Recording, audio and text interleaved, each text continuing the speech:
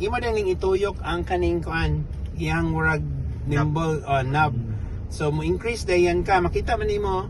Then pag makita siya line, maingon siya nga ICC, so Intelligent Cruise Control. So i-lane assist kanya. Sagdan nimo siya. Signal Diba? diba? Pero ay wala man ako gi-on ang ADAS.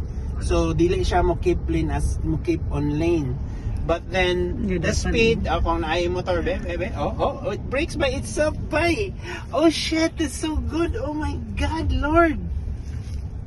In a traffic situation, you can put it at the max of 60, but it will just stop by itself and it will run by itself once the front is clear. What a very good cruise control. Oh, wala lang kagitapakan. I just want to run at 60. So regardless of na siya obstacle sa tubangan, munong na siya giyaha. See? There. Slow down by itself. Stopping by itself. Let's see how much stopping ay siya mo reset. Okay, stop. Oh, it's just gonna move by itself. Oh, see? Oh, shit.